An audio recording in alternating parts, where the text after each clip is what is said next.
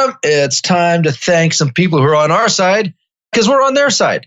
You found a new tool, software, Blue Rhythm commissioning software. Robert, I sure have. I think Blue Rhythm is what I've been looking for all these years. Building commissioning can be chaos at the best of times. Most projects I consult on really suffer from poor information management. It's 2019, yet the property and construction industry seems to be firmly stuck in the 20th century paperwork world. I think people mistake emails and PDFs and Microsoft files on their servers and all the different PCs as a digital solution. In reality, it's just unorganized chaos. Do you want to streamline your commissioning process and save time and money? Do you want to go paperless and increase efficiency? Blue Rhythm is a cloud-based software solution built specifically for building commissioning professionals. Blue Rhythm digitizes your custom forms and checklists, allows collaboration across project teams, and automates reporting, leaving you to focus on what matters. Their team help you onboard the test sheets you've developed over the years. You can even send it to them in paper, and they will digitize that and put it in the Blue Rhythm system for you. In my opinion, Blue Rhythm pays for itself in time saved on paperwork on a single project. For a demo or to start a free trial, go to bluerhythm.com. That's where rhythm is spelled R-I-T-H-M, like algorithm. Bluerhythm.com. Tell them the Edifice Complex sent you there. In a world where high-performance, zero-defect buildings are hard to find, two men are on a mission to disrupt the status quo. Welcome to the Edifice Complex, the property design and development podcast. Let your hosts Adam Muggleton and Robert Bean keep you up with who is innovating and doing great work, perspective on the adjacent possible, and challenges to the status quo. Welcome to the Edifice Complex. I am Robert Bean, your co-host and unofficial mediator, here with my colleague, official agitator, friend, and Yoda of most everything to do with buildings, Mr. Adam Muggleton. Say hello, Yoda. Hello, Yoda. Okay, so we got Scott on today. I'm looking forward to this. Anyone who's got the word alliance in their company name, that's got to be worth an interview, right? So yes, today's guest is the managing director and board member of Polymet Biopower, founding partner of the Energy Alliance Group of North America, and served as a technical advisor to the U.S. Department of Energy and the American Recovery Act, and was a member of Batten Engineering's Oldsmobile Aerotech high-speed vehicle program team, setting the closed course land speed record of 258 miles per hour by NASCAR champion driver AJ Foyt. So that in itself is a story. We'll have to ask him about that. Welcome to the show, Scott Ringlein. Thanks for having me, guys. Awesome. It's great to have you on. So, Scott, you have a degree in mechanical engineering and a master's in manufacturing engineering, and through your various endeavors have left your mark in Asia, Europe, North and South America. So why don't you give our listeners a brief synopsis of how you ended up doing what you do and what drives your own internal engine every day? Yeah, so I spent a majority of my career in the automotive industry. So 30 years at a variety of locations, as you mentioned, starting out building an engine for a car that AJ Foyt drove to set a closed course record. Spent some time at Ford. I worked in engine division, and then I went into the tier 1 level and worked on emission systems for the last close to 15 years of my career. But as we know, in 2008, automotive was not a good place to be. Nope, not at all. And not by my choice. That career ended very abruptly. At the time, I was a single father, 2 kids, went to work on a Monday. I was home by 11 without a job, car, phone, or computer. And that was the beginning of what I am today. It was the last time I worked in corporate America. I hired an executive coach and kind of figured out, all right, what's my skill set and how can I use it to actually make money? And started my first company in 2009, working on business plans and strategy. And through a mutual relationship, that led to a position within the DOE and the Obama administration, working on the American Recovery Act for a couple of years. Cool. Basically was a technical advisor looking at business plan proposals to secure funding through the program to advance technologies and manufacturing. So in summary, how can we create a lot of jobs and make something that makes sense? And in 2011, that ended. And through a chance meeting, I had a conversation with a guy that was doing energy efficiency improvement projects, primarily in lighting. And kind of the aha moment for me was accessing capital for long-term periods that typically you couldn't do. Specifically for lighting, we were able to get 10-year funding for lighting projects. But then as I entered the industry, there's a lot more programs out there to actually make energy efficiency, water conservation, and renewable energy something that you can actually do and move forward with. And that was the start of Energy Alliance Group. That's interesting. So we interviewed a past guest, as a guy called Dr. Stephen Fawkes from the UK, and that's one of his sort of main drives in life at the moment, is trying to enable money to meet projects for energy efficiency. As he said, famously, no one wakes up in the morning saying, "I've got to buy me some energy efficiency," right? Yeah. Usually that's not what they're saying. And statistically, nobody's saying that, actually. Yeah. That's the thing. And his insight, which I found quite fascinating, was that there is a wall of money trying to meet an opportunity, and the energy and the built environment industry has a horrific time talking and meeting up with this money, right? Yeah. So, and there's literally trillions of dollars sitting on the side waiting to be, deployed into the sector. Yeah, and it has, I guess that deployment has to be at a micro and a macro level, right? Yeah. It's really a huge shift in how we approach these types of projects than, what's been done in the past. Right. I have two questions for you, Scott. One of them, so are you an engineer, or are you a business guy, or are you a hybrid? I'm a hybrid, engineer by trade. I never sold a thing in my life, because in automotive, you always had a customer. But then after leaving it, I became a fluent networker. I love to talk, so I go around the U.S. talking at a lot of conferences and do a lot of education-based stuff. So really kind of moved into it, not necessarily on purpose, but this is where I've ended up. Yeah, and I, Adam, you and I have talked about this before. I mean, the hybrid person, the person that can stack a number of skill sets, really has huge opportunities ahead of them in the future. My second question is, trillions of dollars sitting on the sidelines. What are investors waiting for? So it's not the investors, it's those that need it but don't know where to find it. So there's a huge disconnect between the funding mechanisms that are out there and then the people that need it to deploy it. And no fault of their own, they're busy, running their companies or managing a facility. And organizations like us become that intermediate, because the funders are not out there looking for clients necessarily. They're not going to the business owners and saying, "Hey, we have this money. There's this great program out there to deploy it. Let's go and do some projects." And they just sit patiently waiting for something to happen. Yeah, I think a big part of the issue here is the level of bureaucracy and paperwork that sits between the people wanting the money and the people with the money, right? There's a language issue. There's a paperwork issue. And somehow the government's always got their nose in there as well, making things a bit more muddy. There has to be some way to clean that up. Is there an opportunity for blockchain here or some online platform? Certainly from an online platform, there is. But, our big thing that we push is the whole education side and just doing things different. The components to doing these projects has never changed. Right. You have a technical, financial, incentives and tax credits, and then what we call integrated services, which might be, maintenance agreements and stuff like that. Yeah. That's always been the same way.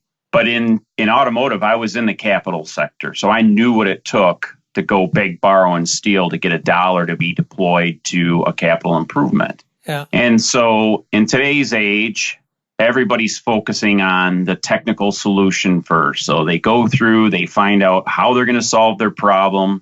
They put together a capital request, they submit it, and the first thing that everybody says is, oh, well, that doesn't meet our targets for payback, return on investment, IRR. Yeah. And statistically, 95% within the industrial commercial world, they require some type of return on investment or, net operating improvement by year 7. Worse is it's like 92% require it 3 years or less. So if you look at all the technical solutions, what are they doing? Lighting and maybe some HVAC. Beyond that, nothing's getting done. They're not doing chillers. They're not doing compressor systems. They're certainly not doing doors, windows, insulation, roofs. And we know the whole story on renewable energy. Yeah. You go out to the market and you look for these funding mechanisms to make it happen. And unfortunately, the programs that are out there that most know about either require a long-term commitment. So like through power purchase agreement, all right, you're tied to this for 20, 25 years, or you're only able to access cash for 5, 10, maybe 15 years. We're starting to see some people come out with some 15-year programs for renewable energy. All right, well, here in Michigan, cost of power is around 10 to 11 cents per kilowatt hour. You put in a 1 megawatt solar system and you get a 15-year term. You're never, ever going to meet the payback hurdles that these organizations are looking for. So we just take a completely different approach and we look at the money first. Right. Because it's all about, in the end, it's all about the money. Always. And it's all about the money. But yet in industry, there's two things going on. Either they're putting together the solution for the technical side first, and then they can't get the money. Or you have other people out there trying to sell an audit saying, oh, we're going to come in and we're going to audit. We're going to tell you where you're bleeding and show you all these things that you can do. Hey, that's great. But first of all, they already know that they have problems. They know that they're inefficient. They have an old building. They have single pane windows. What they're looking for is the solution, not just a list of things that you could do, because at the end of the audit, they're handing over a really nice report that says, hey, here's all the places that you're bleeding. Here's a big list of all the things you can do, but nothing about how they're actually going to be able to deploy it from a business approach, not a technical approach. Yeah, so they tell them what to do, but not how to do it, right? It's like, it's raining. Someone comes along, you pay them $50. They say, guess what? It's raining. You go, thanks very much. Yeah. And it's not, how do I get out of the rain, right? Yeah. Isn't that the definition of a consultant? Yeah, pretty much. Very good. Yeah. A lot of people ask us that. Are you consultants? And no, we're not. We're developers. And what we pitch is we create solutions to the impossible. Meaning when we go into a project, whatever the challenge is, typically they don't think they can solve it. Oh, we can't get the money, or there's no way we're going to hit our internal targets, or we only pay cash. That's the one I love. Oh, we only pay cash. Well, that's why the building's falling down. You should deploy your cash somewhere else.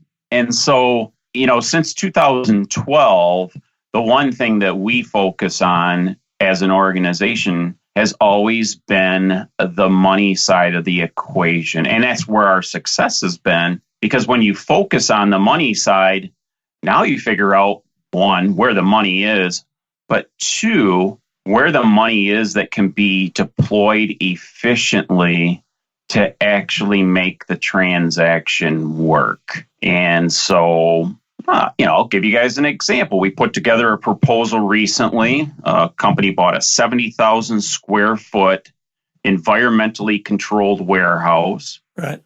It's in the food industry. It was an old building. They wanted a new roof. We went in, did a analysis of the roof, and it was rated poor to very poor. So the whole thing needed to be replaced. Yeah.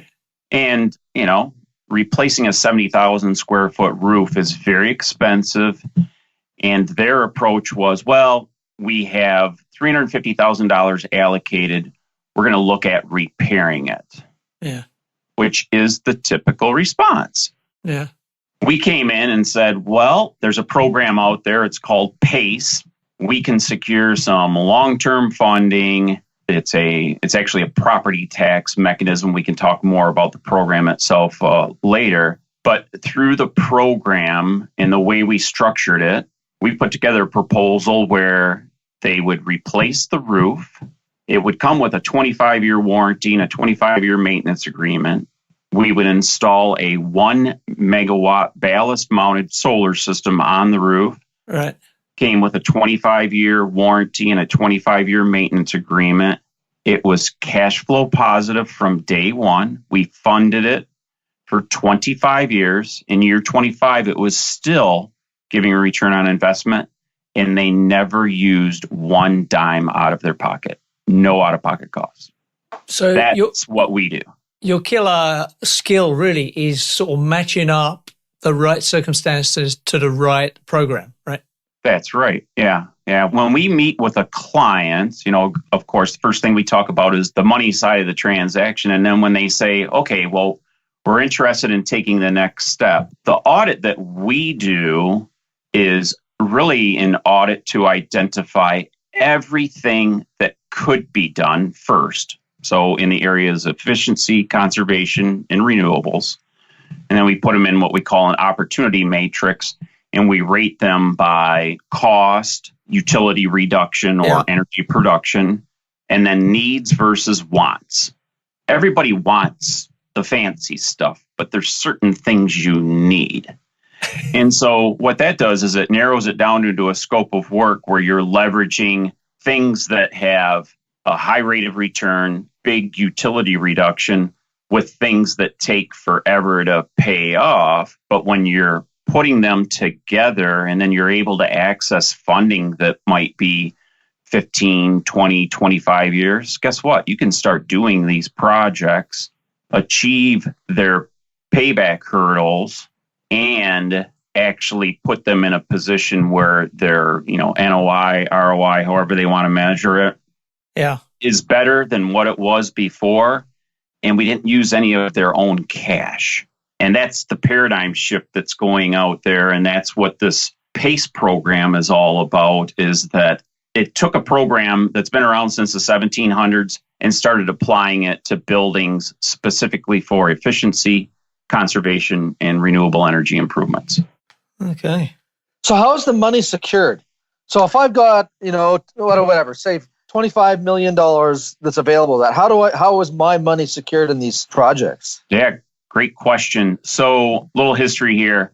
In the mid-1700s, they came up with a process called property tax assessments. And originally it was deployed to create infrastructure throughout the United States. So property tax assessments are used for roads, sewers, schools, sidewalks, all these things. You get your tax statement. There's a line item on there. It'll say special property tax assessment, road improvements. Right. How is that secured? Through the property itself, not who owns it. You sell it, it transfers with the property, you continue to pay it. You default, stays with the property. Somebody buys the property, what's the first thing they pay? Back tax payments. So you take that model, now you apply it to buildings, which are infrastructure. We've never really looked at buildings as infrastructure. Yep. But now you deploy it to buildings. It can only be deployed for those three categories: efficiency, conservation, renewables. And now the money is same process. It's secured to the building, not to the owner or the corporation. So it's non-recourse. It's a tax. It's not a debt. So on their balance sheet, they're just carrying an additional expense. They're not carrying any additional debt. That's the key point there. That's the key point there. You're able to secure long-term fixed rate funds. So we did a project a couple of years ago, replaced 300 windows in an apartment building, secured $300,000, 20-year fixed rate. And it's typically tied to 10-year treasuries plus some margin, depends on the investor. And so now what you're doing is you're leveraging the value of the property, because the property's worth something, even if you have senior debt on it. And you're able to take that funding and actually make the building more efficient. And the whole point of this is if, the savings to cost ratio in the end has to be greater than 1. That's the target. Yeah. And this is from day one. And a lot of people say, well, how is it that you can do that? Well, there's 2 things. One, actually, there's 3 things. The first thing is time. Nobody out there is, whether it's lease agreements or traditional debt financing, is going out 20 years or 25 years. No one is, unless you're physically building a brand new building or, major investment. The second thing is, in traditional capital deployment, the only thing you look at is capital, not expense to operate. Where with PACE, you bring the 2 together because it's part of the building. It's real property. You want it to be cared for over a long period of time. So when we do the financial analysis, we're physically looking at true life cycle costs. Yeah, so you do it as a cash flow analysis, basically, right? Yeah, and we're taking in consideration maintenance, end-of-life replacement, inflation rates, energy increases. And then the third thing is that now we're able to leverage all the things that you could never leverage before, meaning property value, the technical solutions. We never go into an opportunity with a technical solution in mind. We're technology agnostic. We have CHP programs going on right now, lighting programs, roofing programs, solar programs. It's all about, we're still taking the same 4 pieces of the puzzle. We're just putting them together a little bit differently. And we have more knowledge than others about some of the tools that are out there to actually make it work.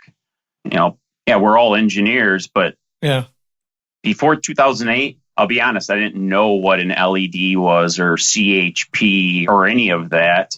And while I do now, we still go to the experts in the industry to solve that problem. What we do is we put the pieces together based on what are the needs of this opportunity. You're an expert on experts, right? Yeah. So that's interesting because, sorry, mate, go on, you go. Yeah, so everything flows through you guys, really. And so your compensation is it a contract fee? Is it a management fee? How does your model work? It's exactly that. And it's going to depend on the scope of work. So we have projects, we're really doing everything. We're bringing in the GC, the subs, the technology provider. We're bringing in the funder. We're handling all the incentives. We might bring in a tax expert to do cost segregation of maintenance, R&M, stuff like that. And then if there's a long-term maintenance agreement play on the transaction, we'll bring that all together. So that would be, we're gonna do everything. There's other projects. So we have a new construction project right now that we're working on where we're really acting as a consultant about the entire process. So they already have general contractors and subs and technology providers. We come to the table and we're like, all right, how about we bring a couple of $1 million to the table that covers all these other improvements that you want to do, but you would never spend the money up front because they're trying to what? I need to keep my investment low so we can achieve our NOI, ROI, or whatever that operating target is. Okay, so what we're going to do is we're going to bring in, a couple $1 million to make it far more efficient, and we're going to leverage the utility savings and maintenance savings to offset that cost over a fixed period of time. So now we go into a meeting and we're talking about, let's look at, variable frequency drive compressors. Let's look at building management systems. Let's look at, controls for all your lighting and stuff. Let's look at, in a lab environment, let's look at heat recovery because you're doing so many turns on the air. Well, let's use the heat to preheat the air coming in. Let's look at solar. Let's, if you got a south-facing building, let's look at putting in controls for shading. So on a really hot summer day, we're controlling the thermal load through just automatic shades, all that stuff. And literally, that's how we start. We're like, here's the list of all the things that we can do. What's important to your organization from a needs, because it's based on the operation. Okay, well, we need lots of compressed air. Oh my gosh, you have lots of options. Let's start looking at those types of options.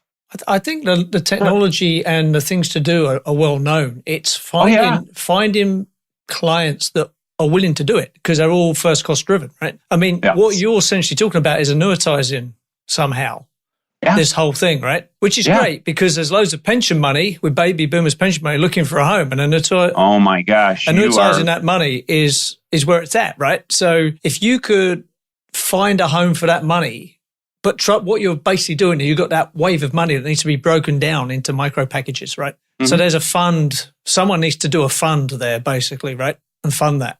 Well, you're reading our business plan. So today, the monies that are being deployed in this program are coming exactly from that. So these are family trusts, pensions, 401ks, IRAs, whatever, that they're looking for long-term, fixed rate, and very, very low risk. And nothing better than having a building that if you default, what happens? In essence, the government comes in, they take it over, it goes on the open market, they sell it. What's the first dollar that comes out? Tax. Yeah. Not senior debt, tax. And, we sit in these meetings with companies and we have to get consent. If they have senior debt, we have to get consent to place this assessment on it because it's another lien. But the first comment will be, well, we don't want to lose first position. Yeah, that's exactly. You don't have first position today.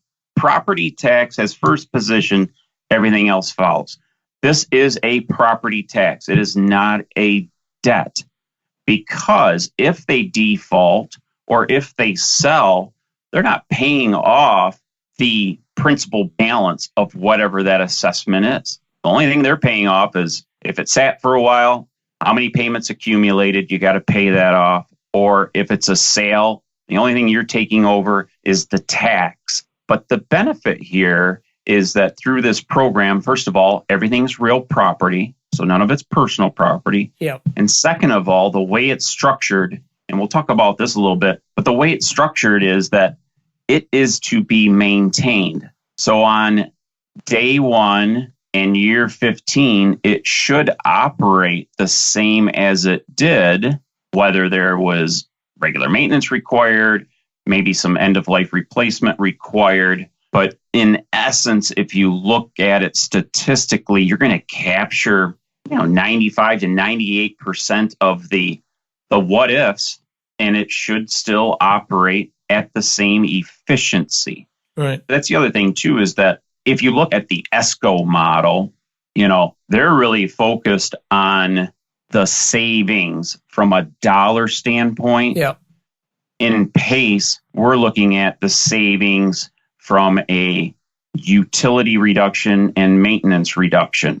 If the light's on, you're saving money. If it's not, you're not. Right. So that's how it works. And then if there is a default, nobody's chasing after the building owner to get the money. If you're in an ESCO agreement or some type of performance contract, who's on the hook? The building owner. And they'll hunt them down to get that dollar. And that's the paradigm shift. And that's why more and more are starting to look at it. Believe it or not, Canada is looking at PACE now as a mechanism to become, more efficient and deploy more renewable energy. So there's a whole bunch of confidence issues here at stake, isn't there? I mean, there's the confidence in your organization. There's confidence in the asset itself. Yep. There's confidence in the government. So to make all of this work, kudos to you guys for Adam, I'm thinking about the sophistication of this model. Yeah, and I mean, for you guys to go and are you searching for these assets? No, not yet. So okay. I would say 99% of all the projects that we do are coming through the relationships that we have with our technical providers. So say you sell compressed air systems. You're going to go in, you're going to put the proposal together, and the first thing the guy is going to say is, oh, we can't afford this. What kind of funding do you do? Well, we don't. We do this. Oh, okay. Well, what about this incentive stuff and tax credits? I heard that there's that stuff out there. Can you help us with that? No, we sell compressors. Oh, well, do you have a model that's cheaper and less efficient? Well, yeah, we do, but that's not really what we sell. So I'm like, hey, guys, get in a meeting like that. You just say, well, we do. Would you like to talk to? We come in, they go continue to sell their compressors, and we say, all right, tell us about your company. Tell us what your needs are. Let's look at the financials first. Yep, we can secure funding for this. We'll take care of the incentives for you. Oh, by the way, there's some tax credits out there. We'll bring in the third party that'll manage all of that for you. Are you interested? Sure. So now the compressor guy still got the sale, but he didn't have to do any of the work. We just call him up and say, hey, here's a purchase order. This is when you need to deliver. Yeah. And we bring all the parties together. And that's really the difference. Eventually, it'll probably be much more of a push sale, meaning going out and really looking for the assets to deploy. But at this point in time, we're not pushing anything. They're coming to us and saying, hey, we heard about this. Can you look at this? I'll give you a story. I was speaking at a conference late last fall. I was on a panel just talking about money left on the table through efficiency and conservation renewable energy. Look, you can make money doing this. And I brought up the PACE program, and a woman in the crowd came up to me. She's like, we're building a new building. I believe in efficiency and conservation measures. Can you help? A couple of meetings later, next week, we're hopeful we're going to get them a term sheet for close to $9 million to help build the building and implement a wide variety of conservation measures. The Edifice Complex will continue in just a moment. If you're enjoying this podcast, we need your help. We're not asking for money, just a minute of your time.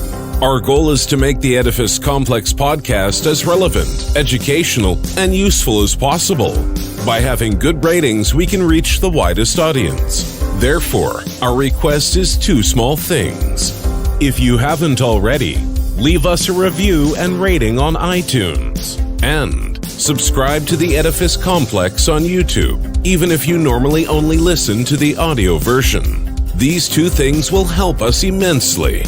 Also, if you would like Robert or Adam to speak, teach, or consult on your project or business, please email admin@edificecomplexpodcast.com. Thanks for your time, and now back to the show. With your thinking and business at the moment, you're probably in the right time and the right place, because the move to more warehouse type buildings, in terms of distribution, growing urban farming, growing weed, things like that. Not allowed to say that in your country, growing weed, but we're getting there. Yeah. Those are the ideal candidates for you. But there's a distinction in my mind always between the private sector and the government sector, right? So the government sector have the ability here to make a massive impact because they're just such big landlords. Yep.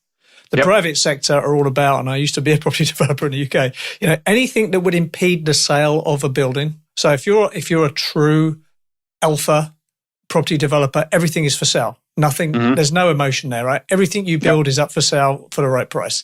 Anything that would impede that sale is death to you. Yep. So, the firm I used to work for in the UK, they would not go into any long-term agreement like that because they'd be scared to death it would stop a sale to a private company. So how do you square that? So let's go back a sec. The government sector, do you see them jumping into this? Because they have the ability to move the needle, right? Yeah. Well, so here's what's going on in that part of the transaction. I'm actually on a part of a committee within the Department of Energy looking at this tool and how to deploy it quicker and faster and all that. The issue out there is that on the government side, because it's a tax, the first pushback is well, if there's a default, who's going to pay for it in that case? And so at this point in time, I think there is only one state in the U.S. that has structured this transaction so that the monies can be deployed against, we'll just call publicly owned buildings, so government entity buildings or whatever. And the way they do it is they go out and they sell a public bond. Then they use that public money to deploy it through the PACE program into public buildings. Right. And that way you're using, quote, public money for public entities. Unlike in traditional PACE transaction, it's private dollars. And that's where things get a little clouded is, using private dollars to improve public buildings. Then what happens if shit hits the fan and it all falls apart? So it's moving that way.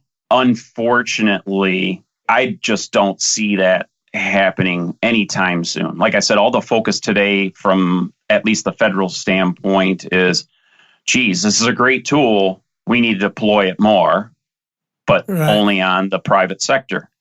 From the state side of things, so the way PACE works is PACE is an act of legislation. It has to be approved by the state. And basically the state says, okay, we're going to allow the local taxing authorities to place an assessment on a property to do these efficiency improvements. And that's the only thing that the state government does.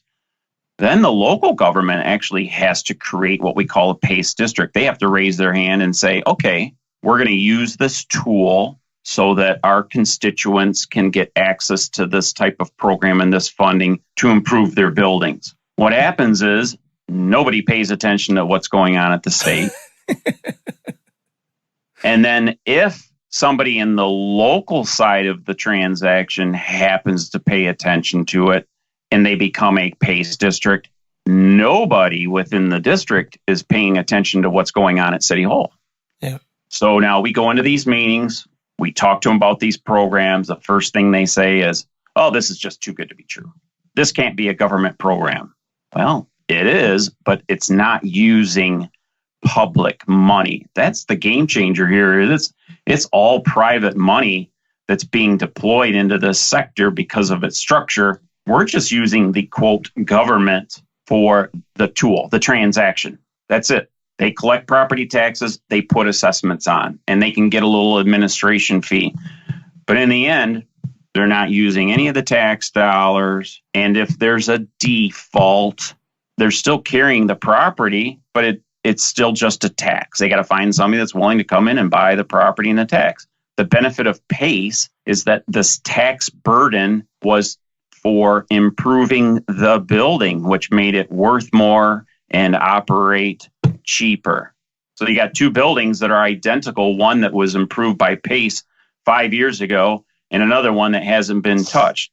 What's somebody going to buy? I want that one that has LED lighting and controls and a new roof, where this guy is still using metal halide lights, the roof leaks, and it's got single pane windows. And the buyer, the only premium that he's paying is for the increased tax assessment. Yeah, the price of the building's probably going to be a little bit more, because it's more improved. Absolutely, yeah. But typically those improvements are looked at as personal, not real property. So the overall value of the property is not changing. It's the operational value and the long-term value that, I got a building that I can walk in, turn it on, no cash deployment. It's a speed to market thing, better. right? Speed to market. So that's interesting. Yeah. Mm-hmm.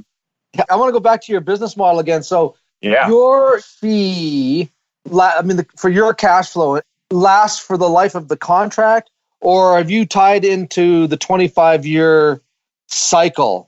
And why I'm thinking about this, I'm thinking like Warren Buffett, right? And his toll booth analogy, if you can find a way where there's a monthly fee for 25 years, I can do something with that. Great question. And I'll answer it. The quick way is it depends, but I'll give you a couple of different examples. So in the state of Michigan, where we're based, legislation put in a requirement that if the project is greater than $250,000, there has to be a performance contract put in place. Now, when most of us hear of a performance contract, we think of, oh my God, they have to achieve a certain amount of dollar savings. But in the PACE world, a performance contract is if you're using it, you're going to save this many kilowatt hours or this many cubic feet of gas. And so when we do the deployment, we're going to what? Monitor everything, verify everything, and then audit it. So to your question, yes, in the state of Michigan, we're tied to a project. We're actually closing on one in January. We're tied to that project for 15 years. And so there's a revenue stream, although it's not gigantic, but it's there because we have to, on an annual basis, measure, verify, audit, and report on the operation. And because of PACE structure, there's an administration function. So it's not what we say or what the client says, it's what the client says and what we say and what the administrator agrees to based on the original assumptions of the contract. So we do a lot of work identifying, and this comes from the owner, tell us how your building operates. What are the hours? We need 2 or 3 years of utility so we can set an average rate.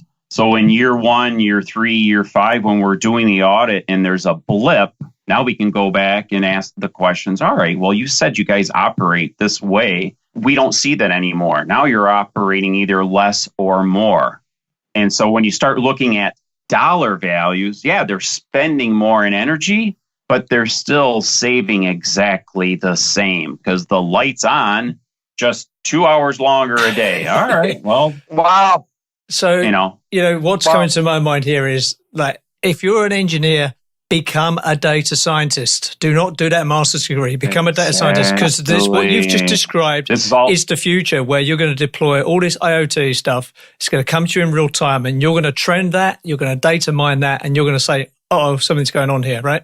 Yeah, because from a maintenance agreement, look, we're all engineers. It's black and white. How long did it run? Chances are it's going to break down at this point. Yeah. All right. Well, in year 15, we have so much funding allocated in year 15. Yeah. By law, it still has to be cash flow positive. Even if they don't use the money, that's not the point. It's in the model, we show that you're going to deploy the cash. And guess what? Even if you spend, $2 million to replace all the lights that we put in 15 years ago, you have accumulated enough savings to offset that cost that you're still cash flow positive. And guess what?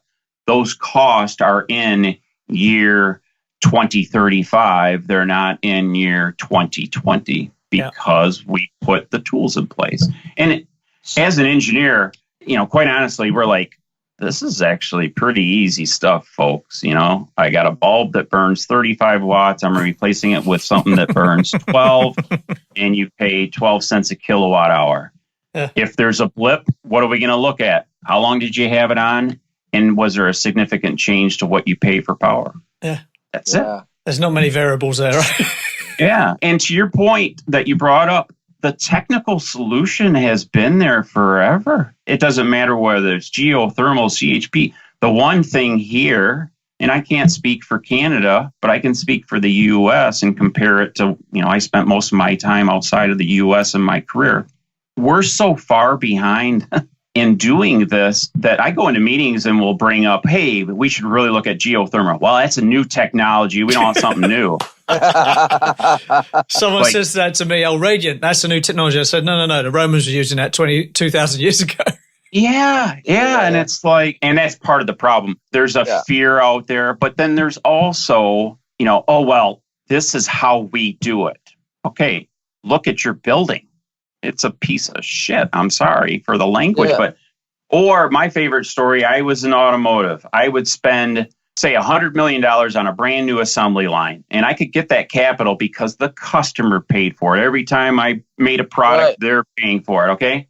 But then I take this beautiful, beautiful assembly line and I put it in a building. The lighting's terrible. The roof leaks. It's cold. Why? Because they are not going to spend the capital to improve the building because it doesn't meet their internal rate of return. Oh, well, we got to hit a 1.5 year payback. oh, well, guess what? We're not doing nothing. And they're not. I mean, and that's the fun that I have too, is I'm a data nerd, but statistically, what is it? I think I want to say 6 million industrial commercial buildings within the US. 50% of them are 100 years old. And out of all of them, 80% of them have 40-year-old technology. Lighting, HVAC, all the infrastructure. I mean, we're still going into buildings that were built in the early 1900s, and nothing has changed. Nothing other than the process, the building itself. No insulation, single pane windows. The roof has been patched 50 times. They're using, it could be 1 million square feet, and they're still using radiant heaters to heat the facility. Yeah, and I could go on and on with the list of things that we see. And it's like, look, there is a way. Just be open to it. That's all. So if I was a Scott Ringlein, every morning I would be getting up and I'd be going, how many contracts can I sign today that have a 25-year life? Yeah. Right? And most of ours have, minimum, most of the lenders out there that are in this market, they want a 15-year commitment because their investors want a long term. So we're not looking at 1 or 5, even 10-year contracts. Everything we look at is 15, 20, 25. And we're always looking at, on the what we call integrated services, we know even if the money's there and you put the responsibility of maintenance upon the building owner, what's the first thing to go? Maintenance and training. The Chernobyl factor. Yeah, and I know that because I worked in that industry, guys. I know exactly how you guys operate. So we're trying to show up with something that's different. All right. Now, here's the beauty of PACE. PACE pays every dollar of the transaction. Soft cost, hard cost, maintenance cost, everything. And it has to be cash flow positive. So I come to you, I propose a lighting program. You own 1 million square feet, you got 3,500 light bulbs. They haven't been touched since the early 70s. We're going to come in, we're going to replace all the bulbs, put in controls, and then we're going to maintain them for the next 15 years. There will be an escrow account. At the end of the 15 years, if there's money left over, giddy up. It's going to go in your pocket because it's your money, but it will be maintained. So the first thing they're going to ask is, well, what's that money going to cost us? Well, today in the market, it could run 5 to 6%. Oh, well, we'll keep the money. We'll do the maintenance. You're missing the whole point here. I don't care if that money costs 20%. I have to guarantee that it's going to be cash flow positive and it's going to be maintained. So if you're going to take the money and set it aside, where are you going to set it aside? No place.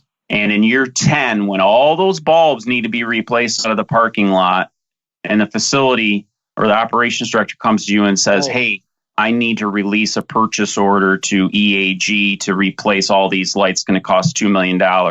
Where do you think that's going to go? Nowhere. Yeah. Oh, we're not going to do that. Well, it's in the agreement. All right. Well, then we're going to breach the agreement. And that's what happens. So we're really just trying to change the model that it's, all right, it's a no-brainer. Cash flow positive. You tell us what the requirements are. We'll meet those requirements. Forget about how much the money is costing, because I always hear that. Oh, I can get cheaper money. All right, let's go get it. I need 10 years or a 15-year fixed rate. Well, I can't get that. Oh, yeah. You just said you can get cheaper money. Yeah. Yeah, there is cheaper money out there. There's bonds, but you have to be quad A credit. You got to be AAA, right? I mean, this, again, is calling out for a public-private fund, right, where the public money and the municipal money meet and fund these projects, man. There's some Wall Street dude's got to get on this. Yeah. Well, it's funny you brought up the point about the baby boomer money. So, again, I'm a data guy. And as we started to build our business up and thought about the business plan, I'm like, okay, why aren't we the funder? Why don't we control all of the side of the transaction standpoint. Baby boomers, I'm 55. Last year, baby boomers, at least in the United States, it's the richest sector. And guess what? They have to take mandatory withdrawals. They're already rich. They already paid off their house. What are they going to do with this money? They're looking for a place to park it. All right, give it to us. We'll pay you 4%. We can deploy it at 6 or 7%. There's our margin, and it's secure. Listen, 6 or 7% in this market, that is a dream. Yeah. Right? Yeah, exactly. Like I said, it's a no-brainer. But, again, there has to be a plan. But that's our long-term goal is, all right, there's all this money out there, literally trillions of dollars sitting, making 2%. So we're coming up close to an hour. So I've got to ask you about the Obama stint. But before we do that, I'm just thinking here, Robert, we interviewed a guy on the podcast who's a friend of mine, who's the CEO of Control Energy, Paul Ghezzi. Yeah, Paul Ghezzi, yeah. So basically his firm, which is a publicly quoted firm up here, is doing what you're doing, but on top of that, they're adding an IoT component. Yeah. So they go into like industrial processes, like wheat growers, anyone like that, car manufacturers as well. And they IoT the whatsits of it. And then they data mine that to get the efficiencies. So maybe there's a connection there offline. If you want me to introduce you, I will. Because I think you guys could really help each other a lot. So that aside, I do want to ask you about, I wrote it down when you sit at the start. You worked in the Obama administration on the America Recovery Act. What was that like? I'll tell you what, it was by far the greatest experience of my entire career. Wow. It gave me an inside look at really how the government works. And when I say the government, I'm not talking about the people in the White House. I'm talking about all the people that have basically dedicated their entire career to public service. Yeah. And I was blown away at how well it was run, how it was set up, and what they were physically doing with the money, but also the way they had it deployed. It wasn't like they were really handing out checks. They took what they considered experts in the industry, people like me. There was only 100 of us. There was, I think, 3 to 5 advisors per team. And we would all look at the same submittal. We all had to rate it by the same criteria. Right. And then we all came together. We sat at a table. We discussed them. We talked about why I might rate something different than another one, came up with an agreement. And it wasn't like, we're going after the pie in the sky, because our job was to define, okay, first of all, does it even make sense? Because there are some of the pie in the sky guys, and they were trying to get funding. But second of all, how can we create jobs in the shortest amount of time and at the same time have as little impact on the environment as possible? Now, the general public think that if there's $1 out there, tomorrow there should be a return. We're looking at applications for building major manufacturing plants that, quite honestly, there's still things going on since that time that are still being deployed with those kind of dollars. It just takes a long time. And it really just peeled the onion back. Wow, look at how all this works. Money is actually going to the good. It's creating jobs. And they're actually using a very structured process to do it. And for me, like I said, it was by far not only the greatest opportunity, but it was the first time in my career that my client actually wrote me a note to thank me for all the help. And, guys don't see my office walls, but, lots of letters of thanks during that 2.5, 3-year period. Were you down in Washington for that? Or were you doing that from? Yeah. Yeah. In Washington. Yeah. Oh, kudos on that. That's quite the feather in your cap. Well done. Yeah. It was a lot of fun. And as an engineer, I got to see some really cool stuff. Yeah. Stuff I can't talk about. Really, really cool stuff. I can't tell you about it. I'll have to kill you. But that's great, because you've hit, that's almost like the trifecta of awesomeness, right? You're doing what you're good at. for a great cause Yeah. and assisting your country and nation in the process. There's nothing wrong with any of that, right? Yep. Yeah, no, exactly. Yep. But this is a good segue, Adam, into sort of our quick fire questions here. Yeah. Why don't you go first? Okay, so we always wrap up with some quick fire questions because one of the things for the podcast is we're trying to be sort of educational and inspirational to sort of young engineers or young graduates or people in university, right? So we want engineers. The country needs more engineers. So what would your advice be to a newly minted, say, mechanical or electrical engineer? Oh my gosh, stay out of automotive. Yeah. That's funny. Well, and truly, I can't blame automotive because it doesn't matter whether it's automotive or any other industry. When shit hits the fan, we're just a number. They're going to push aside. Yeah. Certainly look into this industry, efficiency, conservation, renewables. You touched on it earlier. We are literally just coming off the horizontal. Yep. I love statistics. Less than 2% of all the buildings have some type of controls in them. Yeah. That's nuts, right? It's nuts. And the market is literally in the trillions. And it's not going away. Okay. Yeah. It's very cyclical. It's funny because now what are we looking at? Hydroelectricity. Why did hydroelectricity go away? Because coal was cheaper. Yeah. It's coming back full circle. And that's the fun. And the other thing is that from a technical standpoint, it's always getting better, more efficient, kind of the cool stuff. So, yeah. So, Scott, let's just say I'm your son. I'm 17 years old. Do I get advice from you that says, Robert, you should go get a business degree first and then your engineering, or you should go get an engineering degree and then business? Wow. What's the sequence? I can only We're talking about the rest of my life here, Scott. So. Yeah. No pressure. So here's my advice. When I had an opportunity to go get my master's degree, I was working for Ford. Everybody said, go get your MBA. And I'm like, you know what? I have no interest in it. I'm an applications guy. Yeah. I went and got my master's. Then as I was exposed to the business side of industry more and more, I'm like, what are they teaching these guys there? Because from a data standpoint and an engineering standpoint, they should be doing what we're doing right now. Because guess what? They're actually much further ahead. And that's the thing that I'm like, okay, from a capital deployment, why do you never, ever look at the operations side of capital? Because they're making decisions to what? Yeah. Buy the cheapest, the less efficient. Oh, it's going to cost us more to maintain it. But that discussion never comes up. It's what's the capital?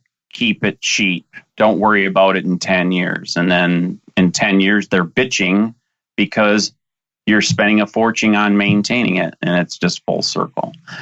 So I'm full about the engineering side of it, because in the end, that's what's going to solve the problem from an understanding of how do we get to the solution. It's a process. It's not the tool. The tools we use, nothing's changed. It's the process. Yeah. The reason why I asked the question is because I have brothers that are chartered accountants and certified management accountants. And my dad was a chartered accountant, but all three of them ended up owning or working for engineering companies.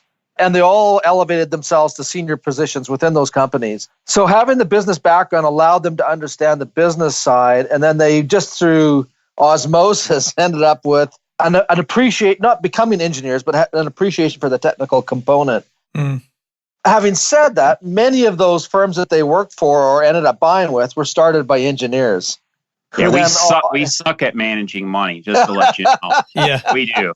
Yeah. Tell me. Yeah. I couldn't agree more. So, that's a good place to wrap it up. Engineers suck at managing money, actually. Sometimes you got to call it how it is, right? Yeah. I'm not afraid to say it. And, it's certainly a weakness. And, that's why those people have their places. Yeah, absolutely. But I think I gained enough experience from the business side to at least understand why it all has to work together, which has just made, myself, but also the organization, because we're putting both of them together to tell a story to the client. We're not focused on just the technical. And we tell them, this is a financial transaction. Yeah. The technology is just one of the tools.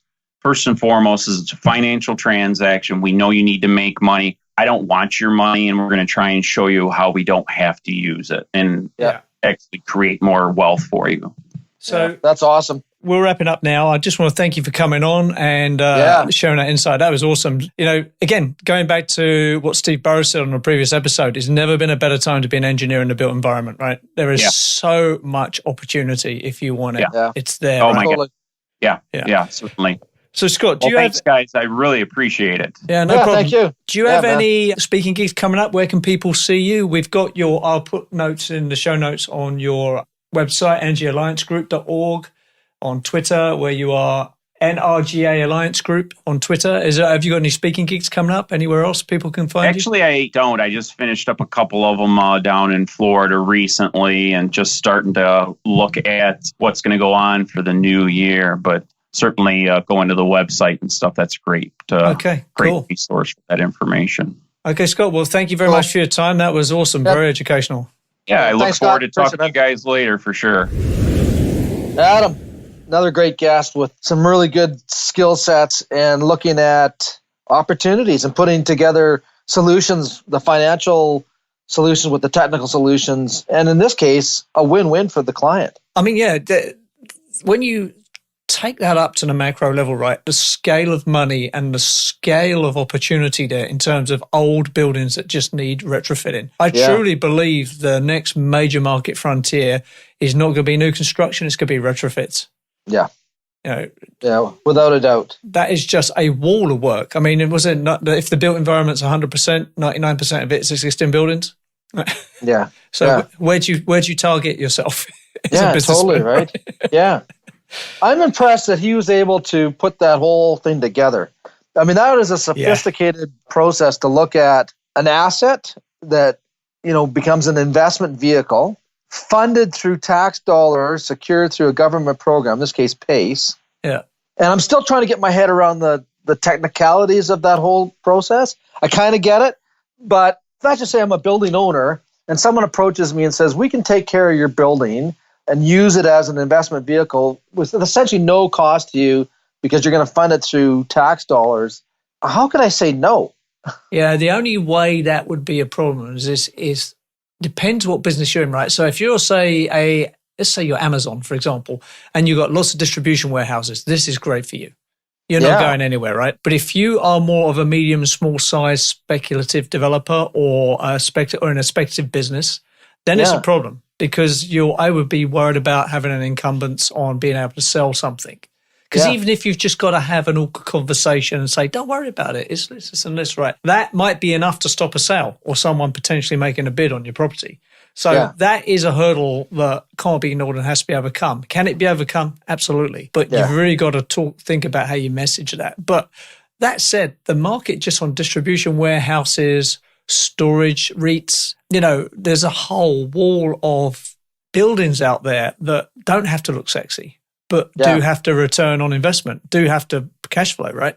That's the market, and it's enormous. Yeah, totally. I have a message for our past guests, and I hope they, listen to our summary talks, because really what we're doing here is we're building some pretty interesting networks for some opportunities for these guys to talk to one another. Yeah. And you brought it up, actually, talking about Paul Ghezzi, right? Yeah. But there's other ones too. So hopefully, out of these discussions that we're having, there's some good relationships that are built that can, be both profitable business opportunities, but also benefit society as well, right? Yeah, I mean, I couldn't stop thinking about how if you applied IoT, sort of like 5G and IoT to what Scott's doing, and then there immediately is your sort of monitor on how it's performing, return on investment. AI would then get involved in predictive maintenance and breakdowns, right? Yeah. That whole frontier is just opening up. Yeah, yeah. And, there was a stat he came out with. Of all the industrial buildings in the US, 50% of them are 100 years old with 40-year-old equipment. That is and I believe that because I've seen some of these buildings, they are goddamn terrible. But you know what? That is just a mind-blowing statistic, man. It is. It's a huge opportunity. Yeah. Yeah. And no one's addressing it because everybody wants to do the sexy new build with the windmill on the roof, right? Yep. That's like a gingerbread affectation. It's a social justice warrior like badge. Who cares, right? Everybody knows what we have to do. We have to build better buildings, more airtight, with better insulation, better windows. It's just not sexy. Yeah. Right. So I guess at the end of the day, what Scott's done is he's tapped into midlife crises for buildings. Yeah. And the money, the baby boomers' money, man. I mean, every pension fund is looking for a cash flow annuity that's a 4 or 5%. I can put it on autopilot and walk away. That's every pension fund's dream. Oh God, there is a Wall Street opportunity here for a younger, more enthusiastic dude than me to put together, right? But it's there. It really is. Yeah, I was thinking that the whole time. Yeah. All right, sir. Well, listen, another good call. Always great calls. We have good people. Yeah. I get more fired up every time. I keep thinking to myself, God, I wish I was starting again. There's so many things, so many more opportunities, right? Yeah, totally. Yeah. Okay, man. I'll see you in the next one. You've been listening to the Edifice Complex podcast with Adam Muggleton and Robert Bean. To access show notes for this episode, visit edificecomplexpodcast.com. Also, if you would like Robert or Adam to speak, teach, or consult on your project or business, please email admin@edificecomplexpodcast.com. See you next time. Adam, it's time to thank some people who are on our side because we're on their side. You found a new tool, software, Blue Rhythm commissioning software. Robert, I sure have. I think Blue Rhythm is what I've been looking for all these years. Building commissioning can be chaos at the best of times. Most projects I consult on really suffer from poor information management. It's 2019, yet the property and construction industry seems to be firmly stuck in the 20th century paperwork world. I think people mistake emails and PDFs and Microsoft files on their servers and all the different PCs as a digital solution. In reality, it's just unorganized chaos. Do you want to streamline your commissioning process and save time and money? Do you want to go paperless and increase efficiency? Blue Rhythm is a cloud-based software solution built specifically for building commissioning professionals. Blue Rhythm digitizes your custom forms and checklists, allows collaboration across project teams, and automates reporting, leaving you to focus on what matters. Their team help you onboard the test sheets you've developed over the years. You can even send it to them in paper, and they will digitize that and put it in the Blue Rhythm system for you. In my opinion, Blue Rhythm pays for itself in time saved on paperwork on a single project. For a demo or to start a free trial, go to bluerhythm.com. That's where rhythm is spelled RITHM like algorithm. bluerhythm.com. Tell them the Edifice Complex sent you there.